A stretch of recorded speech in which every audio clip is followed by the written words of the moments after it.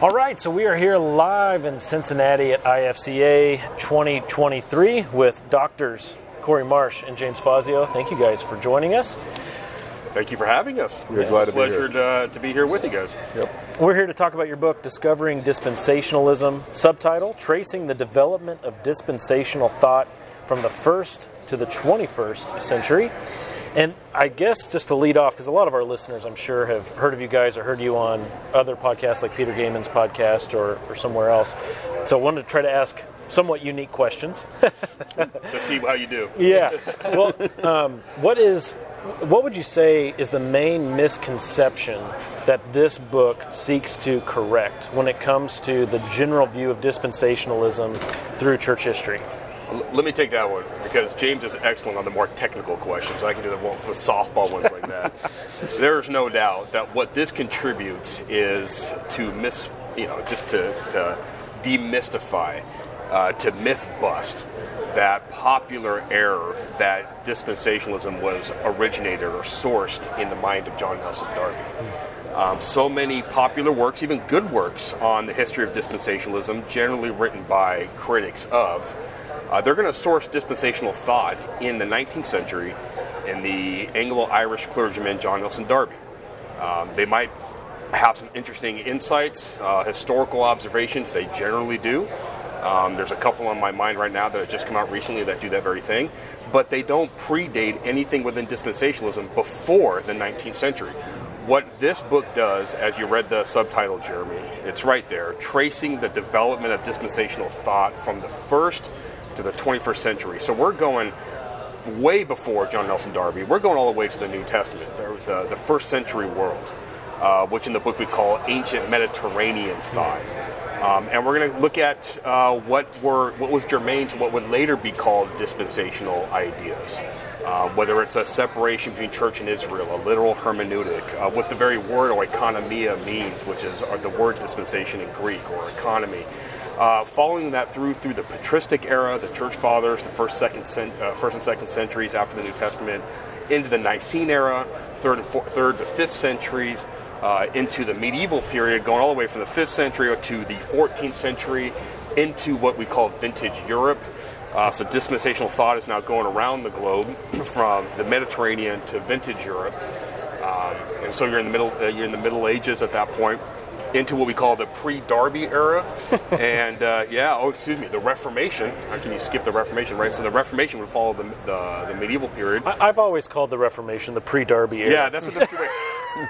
Everything right now is just exactly. Let's call it all a pre-Darby era. It's a good way to separate it. But anyways, so the Reformation then into the pre-Darby era, and then even as it now dispensational thought then crosses the Atlantic into American dispensationalism, takes on a new breed, if you will, but still retaining some of the same ideas.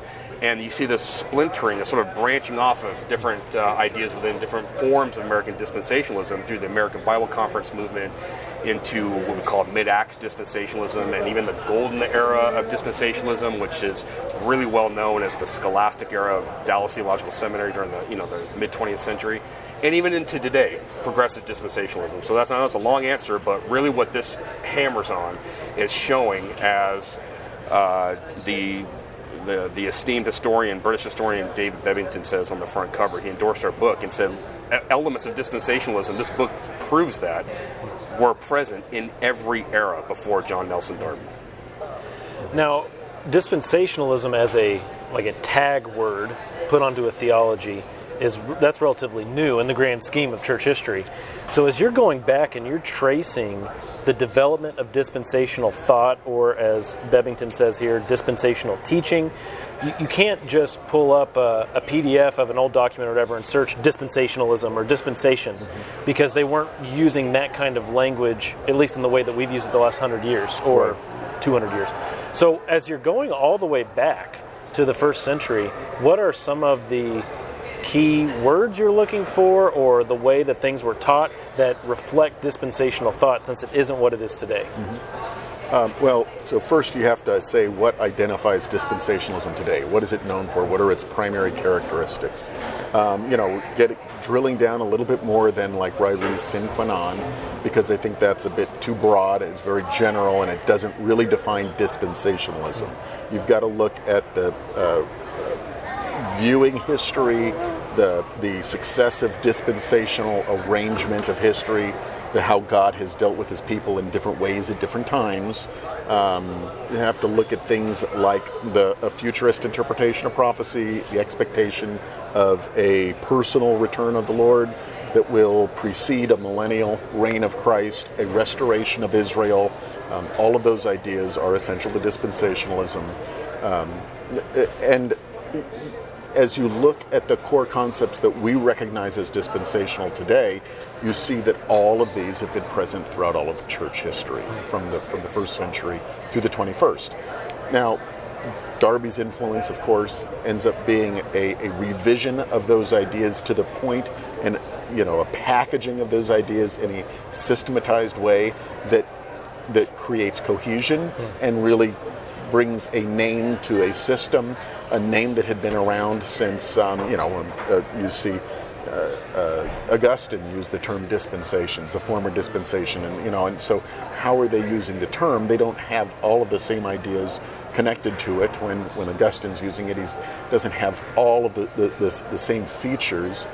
Even the idea of a septarian or sequence of seven arrangement of history is something which traces back to the earliest eras of the church. So that's where you say, okay, there's something here. It doesn't take the same form, but you could say the same about amillennialism. If you look at the 1700s, that word won't appear anywhere in literature. It doesn't mean that the idea wasn't present. It just means the tag that defines the idea and how we come to understand it was not present throughout church history. But certainly the concept, yes. Well, that does make me wonder now, too. Sorry, Ken, I got another question. In the context of all of church history here, as you're considering 2,000 years of thought and writing, is there a better word today to call our theology than dispensationalism? Is there a better term out there? Could we do better than that, or is it too late? Has that horse left the barn? I'm thinking of a panel discussion that happened earlier here today at IFCA. James was a part of it. And this may have been you that even said this, I believe, talking about the idea of fundamentalism. Is that a good word, or has it become a byword, or even a bad word to use because all the baggage attached to it? As dispensationalists, we think about these things amongst ourselves all the time. We were recently at a Council on Dispensational Hermeneutics meeting, and that was one of the things that brought up. You brought this up on your panel discussion, James. Should we be calling dispensationalism something else? A year before that, or a few years before that, we were at a conference, another Council on Dispensational Hermeneutics, and it was, is literal hermeneutics, is that just, should we redefine that? Should we relabel that? Literal hermeneutics has a lot of baggage to it. But in the end of the day, and this is what James brought up earlier on the panel discussion, which I really appreciate, is that it's the ideas that are disliked, not the label. So even if you change the label, there's going to be critics that have a problem with it, and there are going to be people that misuse the label. Is there baggage attached to the word dispensationalism? Absolutely. And I think there's baggage attached to any theological system that's used inappropriately, if the label's used inappropriately, and whether it's covenantalism, covenant theology, or dispensationalism, and I don't know how many times people refer themselves as Calvinists, and you actually break that down, what it means, and how they ascribe to Calvinism, and they have a little tiny nugget of Calvinistic ideas, but the entire system they're not adopting. Same with Arminianism. So it can be misused. Dispensationalism in that sense is no different. It's misused, misunderstood all the time. But, and I would say this, we should not change the word because of that. And here's a reason why. And we make this case in the final chapter. Dispensationalism is a biblical theology. And where that starts is being inductive. The very word is biblical. Now, that's an English word, and go back to the King James where it's at, but what it does is it translates the Greek word oikonomia, which is where we would get our English word economy. So perhaps maybe we can call it economyism, but that comes with its own baggage, right? At its root level, it's a biblical word. The idea most certainly is biblical as well. So I don't think there's any gains if we were to change the label. We're kind of stuck with it. So now what we do is defend it and give a positive case for what we mean by it. Yeah, that's good. With something like this, where you're tracing the history of the thought, and there's a lot that's there. How did it come to be where we are today, where probably the most common pejorative against dispensationalism is, that's a novel doctrine, it's new. The fact that there is so much evidence for there being dispensational thought for centuries and centuries, going all the way back to the first century, how did we get to this place of, was it just ignored? Is it just misrepresented? Where that is a pejorative that is stuck on dispensationalism being new. It's really one of two pejoratives. I think if you were to look at and Google dispensationalism errors or critiques, one of them will be novelty. The second one, equally as wrong, but still nevertheless maintained, is dispensationalism teaches multiple ways of salvation. Yeah.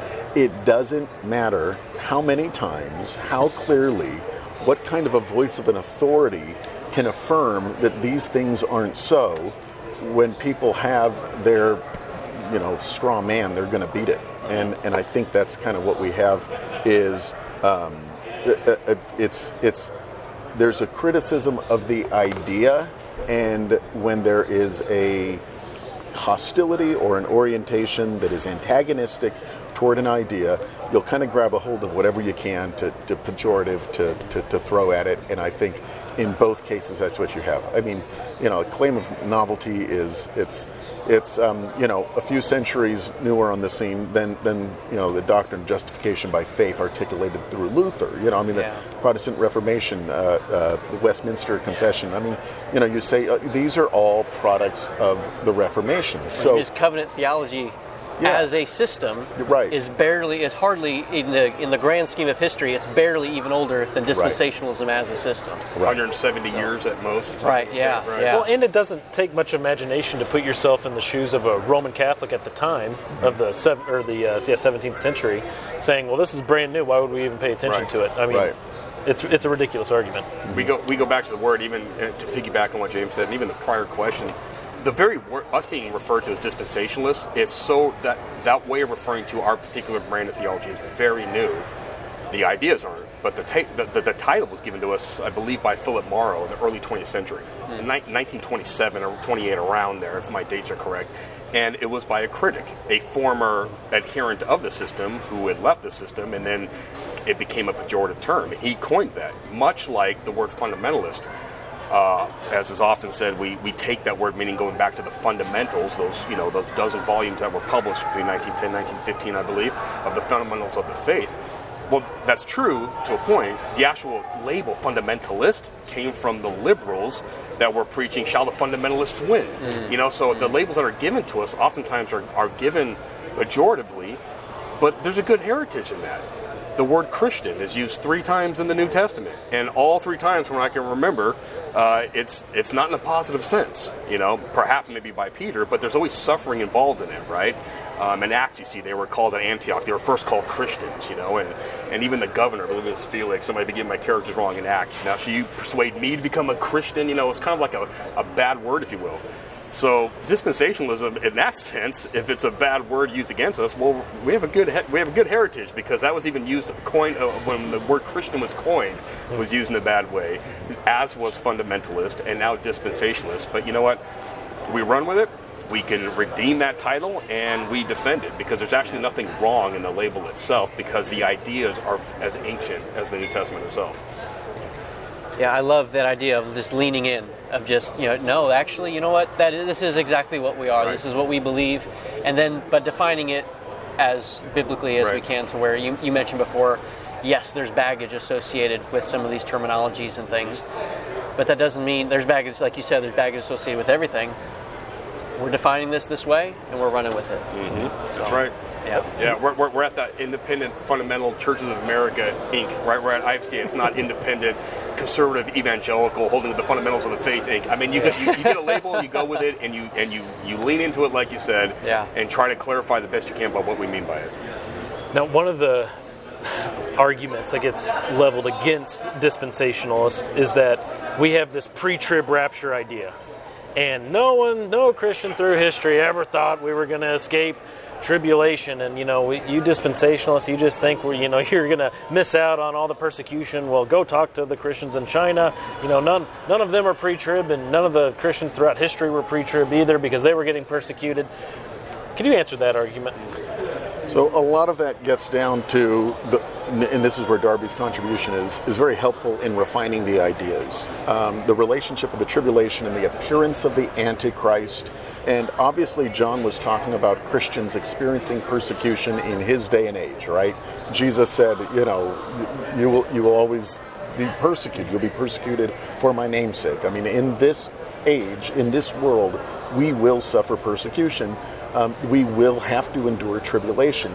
Now, the refinement of the idea to distinguish the 7-year tribulation, the anticipated 7 years, and the great tribulation, the second half of that 7 years, and the appearance of the Antichrist in relation to the 7 years, the Daniel 70 weeks, and all of these things, which we kind of take for granted now, and now we talk about these things, but this is the refinement of ideas that Darby really helped articulate.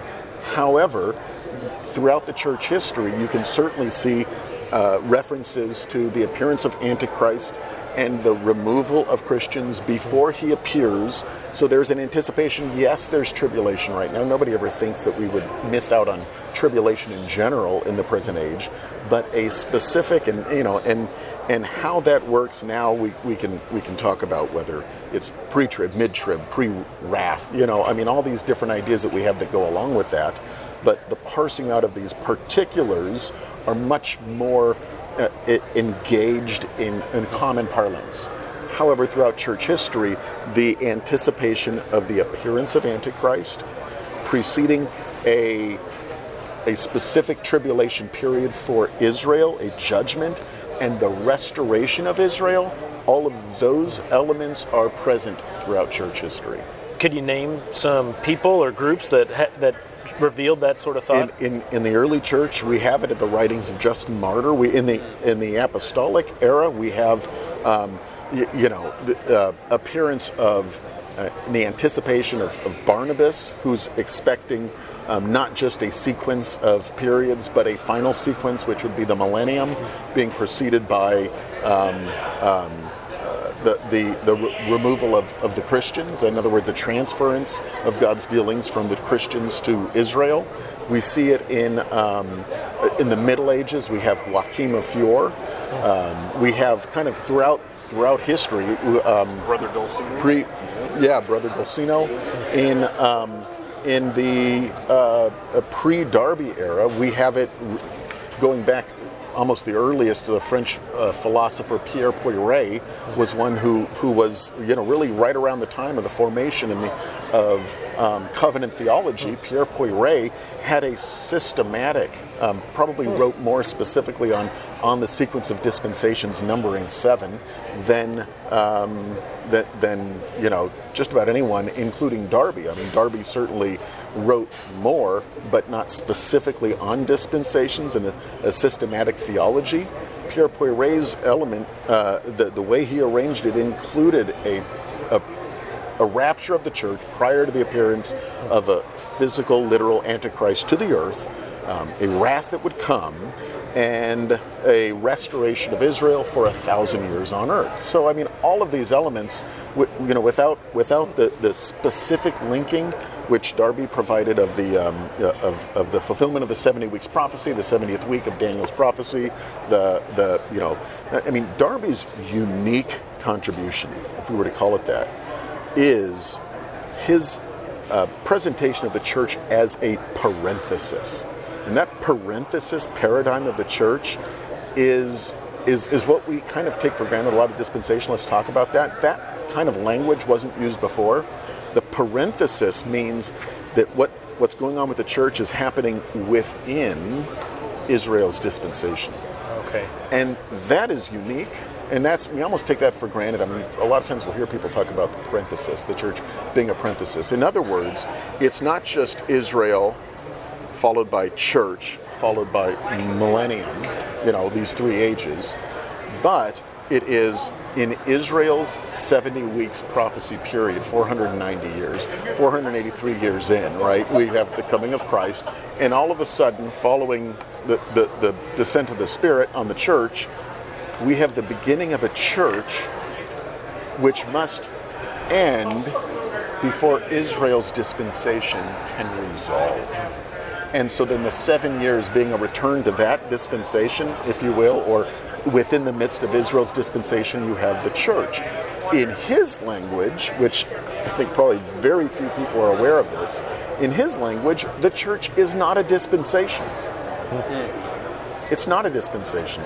It's actually embedded within Israel's dispensation. And then he would also perceive beyond that a dispensation of the nations or the Gentiles. So he's got a dispensation of Israel, a dispensation of the nations, which has to do with Babylon, the image, the sequence of nations, not the church. And the church is like, to use another word than parenthesis, it's like an interruption. Well, doesn't that lead to the critique, too, that some people have that dispensationalists believe that we're plan B? We're God's plan B. Jesus came for Israel, and they said no, so he's left with us. The like you're drafting a dodgeball team. We're the runts left, at the end, and God's stuck with us. Is that what Darby meant by parenthesis? And if not, what did he mean? Yeah.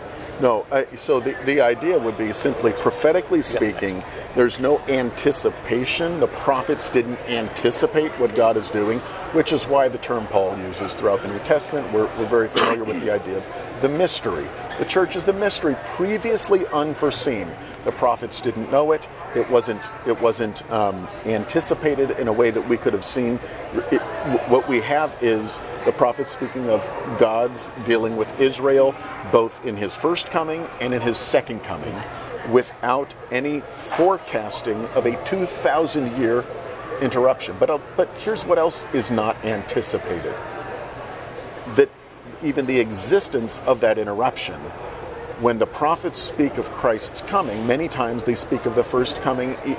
Isaiah 61 comes to mind, right? Isaiah 61, which Jesus read in the synagogue in Luke 4, and he's reading the very words of the prophet, stopping in the middle of verse 2, because it talks about, proclaiming the acceptable year of the Lord, which is what he came to do. But if he had continued the verse, and as you continue on in the prophecy, it goes right into the day of God's wrath. And everything else which moves seamlessly had he not stopped there. If you were to simply read Isaiah 61, it would seamlessly blend from Christ's first coming to his second coming in the same verse 2. And so, the point is, there was no reason for God to forecast to Israel, to Isaiah, what he was going to do with the nations. It doesn't mean God didn't have a plan for the nations. That's where Daniel's prophecy comes in, right? That's where we could say Nebuchadnezzar's prophecy and all that God gave through the nations to the nations concerning the future that was not Israel's future. So that even in Daniel's 70-week prophecy, when God's giving a prophecy to Daniel, it does not take into account that in the middle of Daniel's timeline, there will be an interruption. So, the church is an interruption in Israel. You could say, this interruption of what God's doing with Israel in Christ's coming, there's an interruption right there. It's just God is dealing with people, you might say, on a need-to-know basis, and that's his prerogative. That's part of God's sovereignty that we recognize. If I can just add something really quick to this and take it more of a theological angle as opposed to a chronological with this parenthesis idea. Jeremy, what you brought up, I've had that. I've encountered that multiple times. You dispensationalists look at the church as this leftover idea. It's the parenthesis is an afterthought, plan B, as you said. And yet, theologically, if you understand dispensational thought, and the critique continues to go, you just sort of idolatrize Israel, right? Some even say we have an Israel-centric hermeneutic. Right. Not realizing, and there's nothing that piggybacks on that. All you care about is eschatology, and your head is so high in the clouds looking for a pre-trib rapture that you're of no earthly good. Well, when it comes down to dispensational thought, is that we actually highly exalt ecclesiology. It is the doctrine of the church that is so unique and so wonderful in this particular era, or this age that we are in human history, because now you have believing Jew and believing Gentile together and a body that was a mystery before, as Paul then said, has now been revealed. It was kept secret in previous generation. Now it's been revealed. Now you have something new that is established that have a direct relationship with God through the permanent indwelling of the Holy Spirit that never happened with Israel before. They would have the Spirit, say, within the tabernacle, with the fire, a pillar of cloud during the day or fire at night. So it's like a corporate indwelling, but an individual permanent indwelling, that is something that needs to be explained. That was not in previous generations. And then you have that within the church. So we're actually, as Darby was, his dispensational ideas flew out of his ecclesiology. So that thought that we're all about eschatology, and the church at this point is just an afterthought, the way we look at it, absolutely not. It is, God is ruling the world in his divine economy right now through the church, which is made up of both believing Jewish person and believing Gentile, with the direct personal indwelling that's permanent of the Holy Spirit, by the Holy Spirit to Christ himself. That has to be explained. So it's radically church-centered, if you will, if what the theological system of dispensationalism comes back down to Christ and into the church for this particular era that we're at. It's remarkable.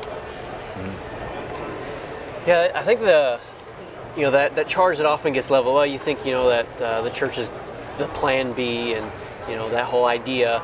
I think it really betrays an aspect of, I don't know, maybe just like a small-minded aspect of, is God free to do things in the world the way he intends to do things?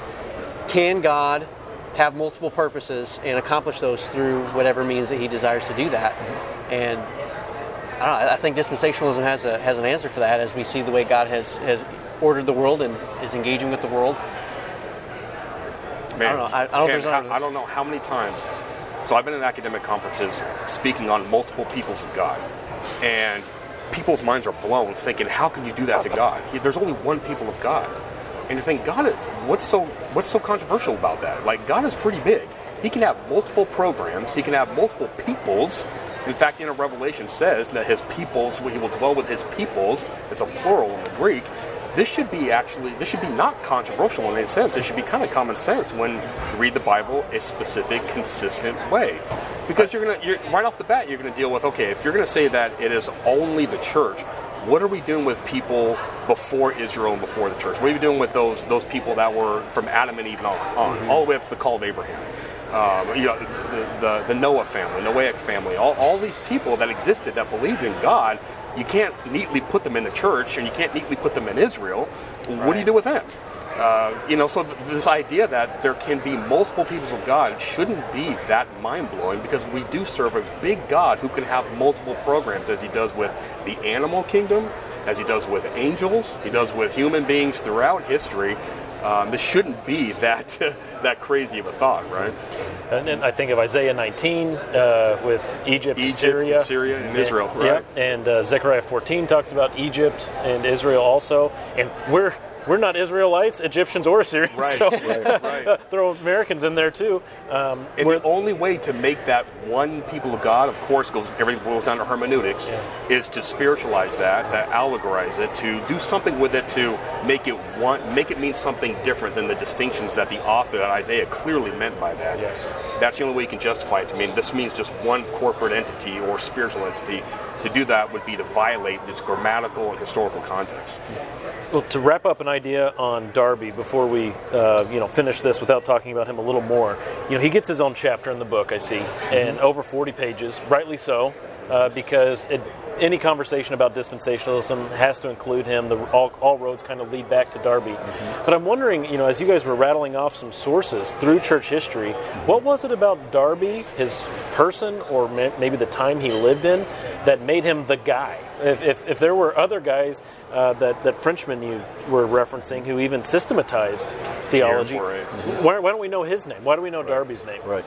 Well, my question to you, Jeremy, is why don't you know? Because I haven't read your book yet. So here's the thing. Interestingly enough, the chapter on Darby is written by a non-dispensationalist.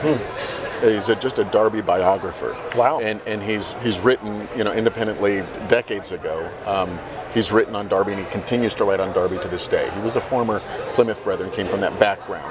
And so he had a bit of a kind of a distant appreciation for the man, for the ministry, but wanted to kind of demythologize. And so he wrote the chapter and could still observe the very distinctions that contributions that Darby made, because Darby certainly made strides. Being a brilliant theologian, single-handedly translating the Old and New Testaments from the original Hebrew and Greek with his knowledge of Latin into English, we have a Darby translation, into German, they have a Darby translation, and into French. This isn't for the faint of heart, right? This isn't something that somebody who's just kind of dabbles in theological issues can do. But besides that, his engagement with the early church fathers, I think the reason why he made such an impact is because he understood the Greek concept of oikonomia. And that's what I go into in the very first chapter, in the New Testament era, is I'm demonstrating how dispensation comes out of the New Testament. You know, like you said, the idea of dispensationalism and a system of theology, I get it, that's recent. But we didn't invent the word, we didn't coin, the concept. It's actually lifted straight from the Greek history and culture as they understood it, having received it themselves from the pages of the Old Testament. I mean, it is the concept of stewardship, which is what oikonomia is Jesus spoke more on stewards, a good steward, a wicked steward, being good stewards, than he spoke about covenants. How much did Jesus speak about covenants? He spoke about stewards and stewardship all the time.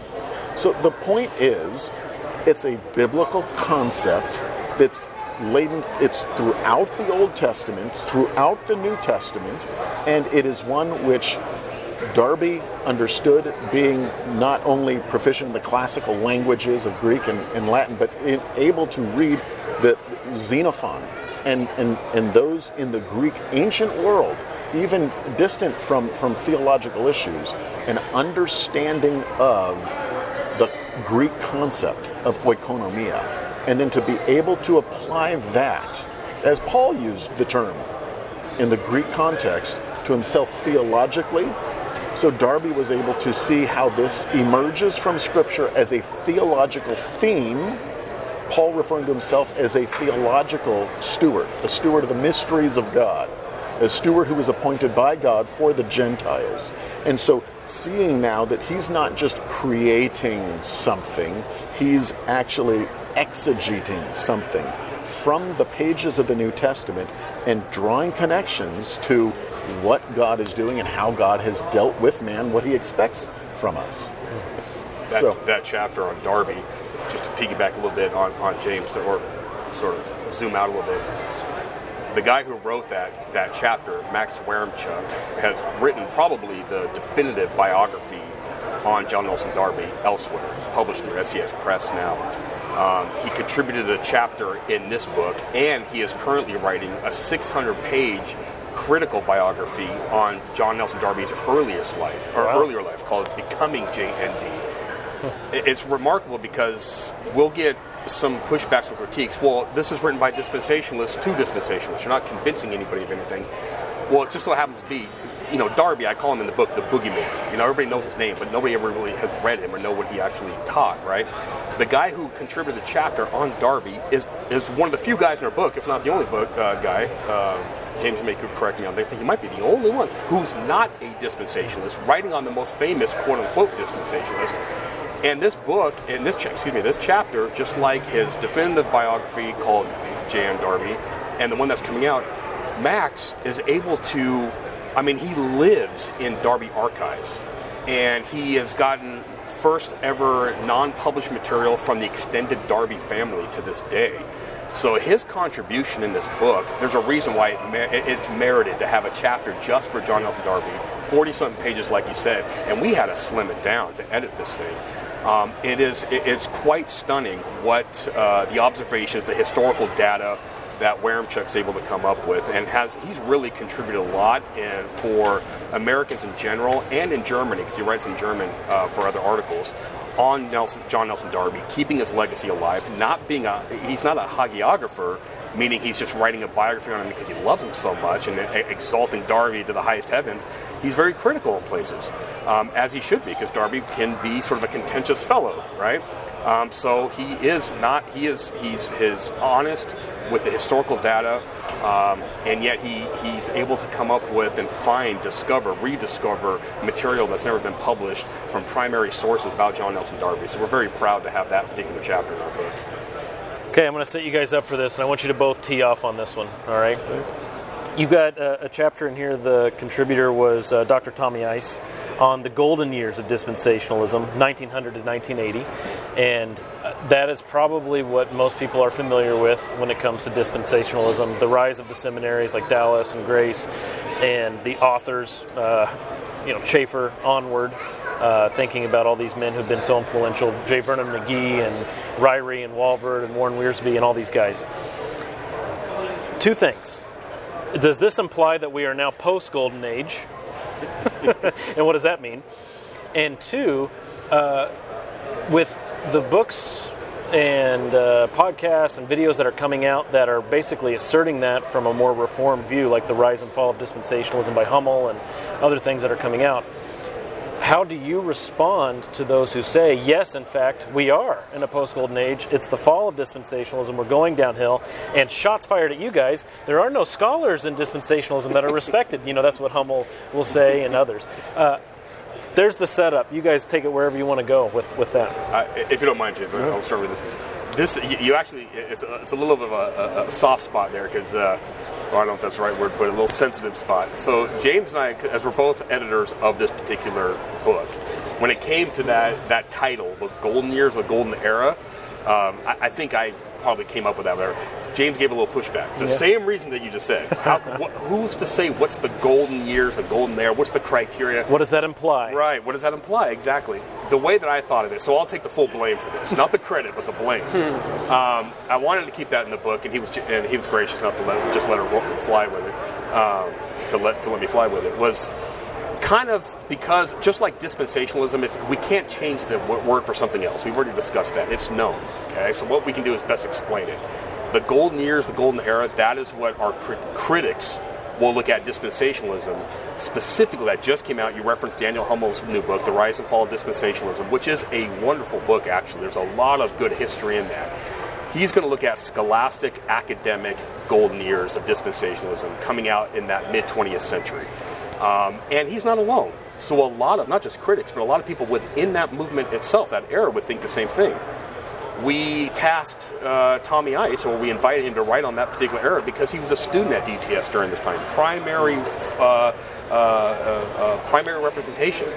And he would agree that this was the golden era of what we know even today of J. Dwight Pentecost, Alvin McLean, John Walford, Charles Ryrie, going back even further, a little previous back to Lewis Berry Schaeffer. I mean, there's no way of getting around it. These were giants in an academic. They took a popular level grassroots movement that was being spread through the Bible conference movement, wonderfully so everybody can read the Bible based on a consistent little hermeneutic, and now started publishing academic scholarly works. And that was the golden era of traditional dispensational thought becoming published. I think we would all kind of agree to that, because we are in an era now, to use Daniel Hummel's term, it's a little misleading and a sensational title, The Rise and Fall of Dispensationalism. What he means is popular level dispensationalism, the marketing behind it, fringe level, the novels, the movie franchise, the entertainment industry. I mean, it's quite embarrassing. That has overshadowed any scholastic endeavors in dispensationalism, to the point that we don't even know you exist. And I've had personal conversations with him over this very thing. Just to clarify, you're talking the Hal Lindsays, the John Haggees, the Left Behind movie type stuff? Okay. Correct. I mean, just my wife and I, on our way to IFCA, we took a long drive here from California. Just the other night on the TV was the Nicolas Cage, Left Behind. And we say in the final chapter, or maybe it was the first chapter, there's a parenthetical remark, please, filmmakers, please stop spinning off Left Behind. dumb movies, right? You're doing more damage than good, because it is, to Hummel's point, overshadowing the real scholastic academic work that does continue to happen. Unfortunately, we're not given a fair hearing in the academic societies, in the prestigious monograph venues, peer-reviewed journals, because when you think dispensationalism now, you think that popular fanfare, right? However, we are still here. We are doing our academic work, and Hummel, just to end on this, if you read his final chapter, I think, he actually mentions our school, Southern California Seminary. It's one of the few pockets of still teaching and producing traditional dispensational scholarship, which was a nice little head nod to us. But there should certainly be more, because we are around. We're certainly not alone at SCS. There's excellent journals out there, whether it's Detroit Baptist Seminary Journal, Journal of Ministry Theology, Master Seminary Journal still doing this, Bibliotheca Sacra, the oldest journal in the country, is still producing some excellent dispensational scholarship. It is out there. Of course, SCS Press is producing their parts of academic dispensational thought. We just need to get a wider, perhaps, hearing on the academic side and push back on that popular level fringe dispensationalism, because it has overshadowed our works a bit. Or we get Nick Cage to do a video of going up to Idaho to make his Christian utopia from a post-mill perspective. There you go. And then everybody can make fun of post-millennialism now. I'm all in favor of that. I would see that movie. I would see that movie a dozen times. Okay, Dr. Fazio, I want to hear your thoughts on where do we go from here if we had a golden age, what's next? Yeah, well, and I think it's certainly the 20th century is the era of dispensational dominance, right? I mean, it certainly was the loudest voice. It had the biggest impact, not just in the churches across America, but even in public policy. I mean, it influenced major international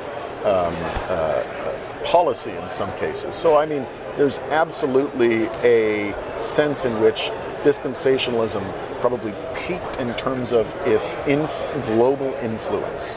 And that's fine. I mean, we don't need that. That's not what we were called to do. It probably, kind of like the seed that mushroomed into a great tree, and the birds came and flocked and nested in it. I mean, we don't need that. That's not what we're called to do.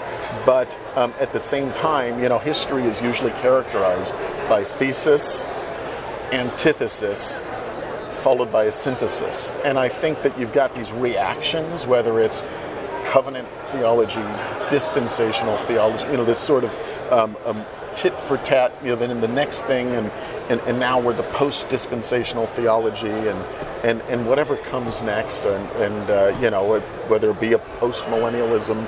I mean, could you imagine the world that we're living in and a resurgence of post-millennialism? I mean, it's just, that's whatever it is. It's okay, because it too shall pass.